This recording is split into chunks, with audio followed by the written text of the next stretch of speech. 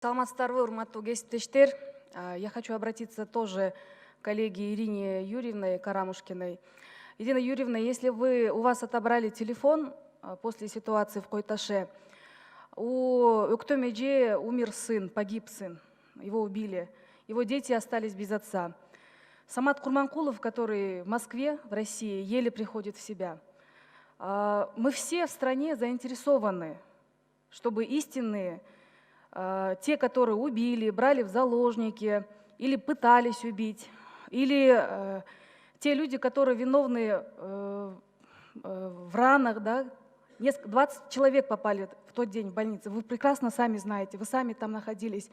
И я не думаю, что это в рамках человечности и в рамках полномочий депутата просто вот нахрапом, да, с больной головы на здоровую, да, перекладывать ответственность.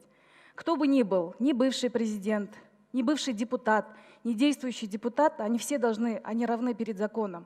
Вы говорите о своем телефоне, вы просто задумайтесь, что вы говорите. Да, я уже вам говорила и прилюдно, и лично могу сказать, да, что вот лицемерию вашей должен быть предел просто.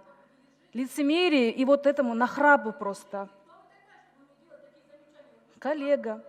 Ирина Юрьевна. Башка маселеге кайрылсам мен. Она говорит, у нее есть время, пожалуйста. Миңдеген кишилер суусу жок.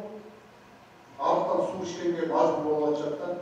Мына ушундагы таза суу программасы азыр жакшы иш кылып берип атат. Бирок планга кирген нерсени аягына чейин чыгарып коюш керек да.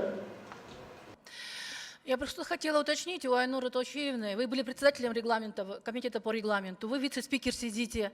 Где в регламенте записана статья, что один депутат может комментировать выступление другого? Вы почему позволяете комментировать мои выступления?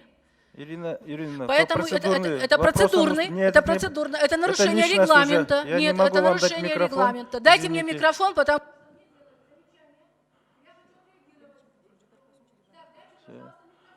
Это не процедурный вопрос. Нет, извините меня, это не процедурный.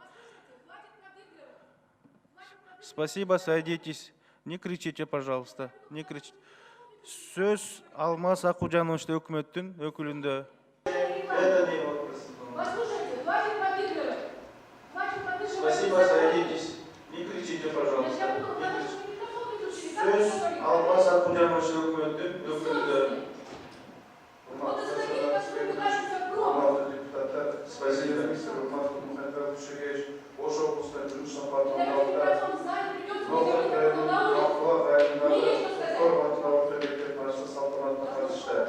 Премьер-министр оқушыларды жаңа алатын ата-әжелерін бұл майын өкірген тұтап, оқуларын игілік қалады.